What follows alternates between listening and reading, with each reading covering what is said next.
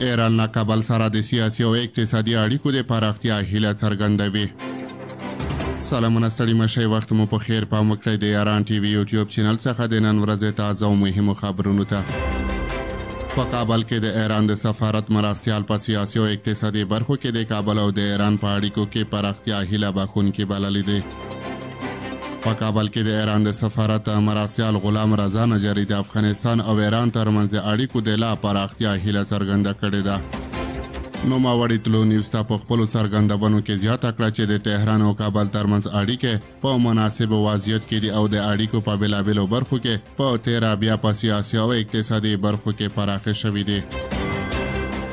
په کابل کې د ایران د سفارت مرستیال غلام رضا نجاری په دې اړه وایي په بېلابېلو برخو کې د اړیکو پراختیا په سیاسي او اقتصادي برخو کې او په نورو برخو کې تحولات لا نیکه مرغه د پرمختګ په حال کې دي او لا هم دوام لري. هیله لرو چې دغه بهیر په همدغه چټکتیا سره روان پاتې شي او په روان کال او شاید راتلونکي کال کې د اړیکو زیاتوالی خوځښت ولري. تر دې وړاندې په کابل کې د ایران د سفارت سرپرست علي رضا بیګدالي د افغانستان پر وړاندې د خپل هیواد بنسټیزه تګلاره د دواړو هیوادونو د خلکو د تګ راتګ د اسانتیاو او د دوه اړخیزو سوداګریزو اړیکو د پراختیا په موخه د پولو پیاوړتیا او پرمختیا بللې وه.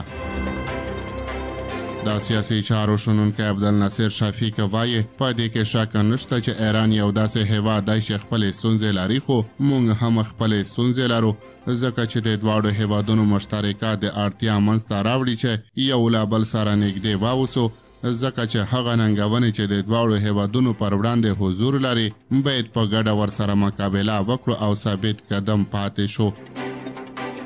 د سیاسي چارو یو بل شنونکی حمیدالله هوتک هم وایي هر هیواد د خپلې ملي ګټو لپاره کار کوي. په دې وروستیو کې موږ ګورو چې ایران په دې وروستیو کې افغانستان ته نږدې شوی، خو جرأت نه لري چې د افغانستان اوسنی حکومت په رسمیت وپېژني. زموږ ټینګار بیا هم دا دی چې هر هیواد او خلک د خپلو ملي ګټو لپاره کار کوي. دا په داسې حال کې ده چې د افغانستان اسلامي امارت تل له ګاونډیو هیوادونو او نړیوالې ټولنې سره د مضبوطو اړیکو پر اهمیت ټینګار کړی دی. تر دې وړاندې د ایران د بهرنیو چارو وزیر عباس عراقچي هم ویلي و چې په افغانستان کې حاکمیت او امنیت ټینګ شوی او شرایطو د تیر په پرتله مثبت بدلون موندلی دی.